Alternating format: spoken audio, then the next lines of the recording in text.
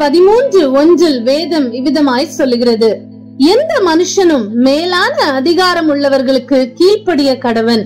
ஏனென்றால் தேவனாலே அன்றி ஒரு அதிகாரமும் இல்லை.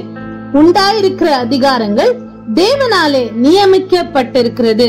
இந்த வார்த்தைகளின்படியே இயேசு கிறிஸ்துவும் இந்த உலகத்தில் வாழும் பொழுது ஜீவித்தார். ஒருமுறை பரிசேயர் இயேசு கிறிஸ்துவை எதிர்கொண்டு ராயனுக்கு வரி கொடுக்கிறது நியாயமோ அல்லவோ என்று கேட்டார்கள். இந்த சம்பவத்தை நாம் மத்தேயு 22:15 முதல் 22 வசனங்கள், மார்க்கு 12:13 முதல் 17 வசனங்கள், லூக்கா 20:20 முதல் 26 வசனங்களிலே பார்க்க முடியும். அப்பொழுது இயேசு கிறிஸ்து அவர்களுடைய துர்குணத்தை அறிந்து அவர்களிடத்திலே அந்த வரிக்காசை காண்பிக்க சொன்னார். இந்த சுரூபமும் இந்த மேலெழுத்தும் யாருடையது என்று கேட்டார். ராயனுடையது என்றார்கள். மத்தேயு 22:21 இவ்விதமாய் வாசிக்கிறோம், அப்படியானால் ராயனுடையதை ராயனுக்கும் தேவனுடையதை தேவனுக்கும் செலுத்துங்கள் என்றார். இப்படியாய் இயேசு கிறிஸ்து வரிப்பணம் செலுத்த வேண்டும் என்ற அந்த நியமத்தை கூட நிறைவேற்றினார் என்று சொல்லி வேதத்தின் ஆதாரத்தின் மூலம் நாம் அறிந்து கொள்ளலாம். மற்றொரு சந்தர்ப்பத்திலே வரிப்பணம் கேட்க வந்த அதிகாரிகளிடத்தில் தனக்கான வரிப்பணத்தையும் பேதுருவுக்கான வரிப்பணத்தையும் மீனின் வயிற்றிலிருந்து எடுக்கும் காசிலிருந்து கொடுக்கும்படி இயேசு கிறிஸ்து சொன்னதை வேதத்தில் நாம் பார்க்க முடியும். இப்படியாய் அவர் இந்த உலக அதிகாரங்களையும் அந்த நியமங்களையும் மீறுகிறவராக அல்ல, அதற்கு கீழ்ப்படுகிறவராகவே இருந்தார் என்று சொல்லி நாம் பார்க்க முடியும். இயேசு கிறிஸ்துவின் பாடு மரணத்திற்கு முன்பதாக அவர் அந்த சோதனை சங்கங்களுக்கு முன்பாக நிறுத்தப்படும் பொழுது அந்த அதிகாரிகளுக்கு மரியாதை செலுத்தியவராக ஒரு வார்த்தையும் பேசாதிருந்தார் என்று சொல்லி வேதத்திலே நாம் பார்க்க முடியும்.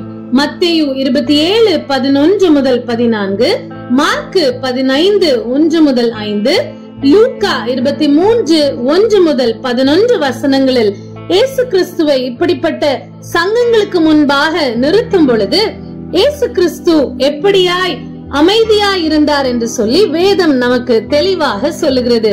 மத்தேயு 27வது அதிகாரம் 14வது வசனம் மற்றும் மார்க்கு 15:5 இவ்விதமாய் குறிப்பிடுகிறது, அவரோ ஒரு வார்த்தையும் மாறு தரமாக சொல்லவில்லை.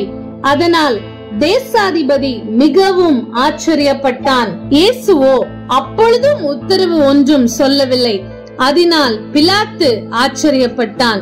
ஆம், இவ்விதமாய் இயேசு கிறிஸ்து எதிர்மாறாக அதிகாரிகளுக்கு எதுவும் பேசாதவராக அமைதி காத்ததை நாம் பார்க்க முடியும்.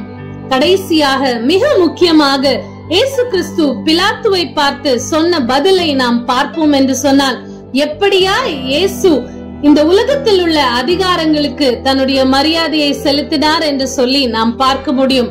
யோவான் 19:11, இயேசு பிரதியுத்தரமாக, பரத்திலிருந்து உமக்கு கொடுக்கப்படாதிருந்தால் என் மேல் உமக்கு ஒரு அதிகாரமும் இராது. ஆம், பிலாத்துவுக்கு இயேசு கிறிஸ்துவின் மேல் கொடுக்கப்பட்ட அதிகாரம் அது பிலாத்து எடுத்துக்கொண்ட அதிகாரம் இல்ல, அது பரத்தினால் உண்டான அதிகாரம் என்பதை இயேசு கிறிஸ்து இங்கே குறிப்பிடுவதை நாம் பார்க்கலாம். அவர் தேவகுமாரன் தான், பரலோகத்தின் செல்ல பிள்ளைதான், ராஜாதி ராஜாதான். ஆனால் இந்த பூலோகத்தில் அவர் மனித ரூபம் எடுத்து வந்து வாழ்ந்த நாட்களில் ஒரு சாதாரண மனிதனை போல வாழ்ந்து ஒரு சாதாரண மனிதனாக அவர் நிறைவேற்ற வேண்டிய எல்லா காரியங்களையும் சீரும் சிறப்புமாக நிறைவேற்றி நமக்கு ஒரு மிகப்பெரிய எடுத்துக்காட்டை வைத்து போயிருக்கிறார். இயேசு கிறிஸ்துவின் வார்த்தைகளை அதிகமாய் தியானிக்கிற இந்த நாட்களிலே, அவருடைய வாழ்க்கையை அதிகமாய் பின்பற்ற விரும்புகிற இந்த நாட்களிலே நாமும் கூட இயேசு கிறிஸ்துவை போல் அதிகாரத்திற்கு செலுத்த வேண்டிய மரியாதையை, அதிகாரிகளுக்கு செலுத்த வேண்டிய மரியாதையை செலுத்தி அதிகாரத்துக்கு கீழ்ப்படிய வேண்டிய காரியங்களில் நிச்சயமாய் கீழ்ப்படிந்து இயேசு கிறிஸ்துவுக்கு பிரியமான சீஷர்களாக, இயேசுவுக்கு பிரியமான பிள்ளைகளாக வாழ்வோம் என்று சொன்னால் அதுதான் அர்த்தமுள்ள லெந்து கால வாழ்க்கை. ஆமென்.